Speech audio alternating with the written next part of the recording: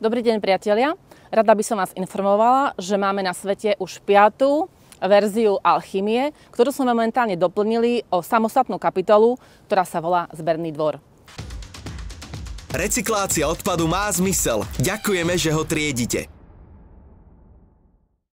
Rozhodli sme sa doplniť časť Zberný dvor do alchymie pretože nám mnoho odpadov končí v striedených zložkách, ktoré ale či už svojím tvarom, rozmerom, charakterom alebo svojou nejakou špecifickou vlastnosťou do týchto nádob nepatria.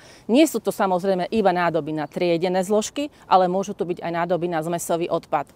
Nie každá obec má alebo musí mať zberný dvor, ale zákon o odpadoch nám hovorí o tom, že obec je povinná zabezpečiť minimálne 2-krát do roka zber objemných odpadov a odpadov s obsahom nebezpečných látok, aby občan vlastne mal možnosť, kde tieto druhy umiestniť.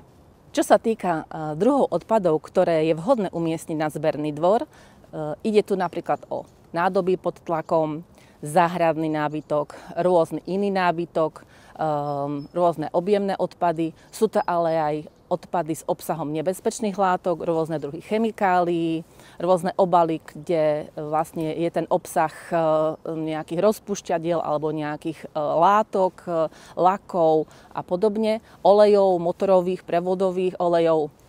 A môžu to byť aj ďalšie elektroodpady alebo batérie a akumulátory. Recyklácia odpadu má zmysel. Ďakujeme, že ho triedite.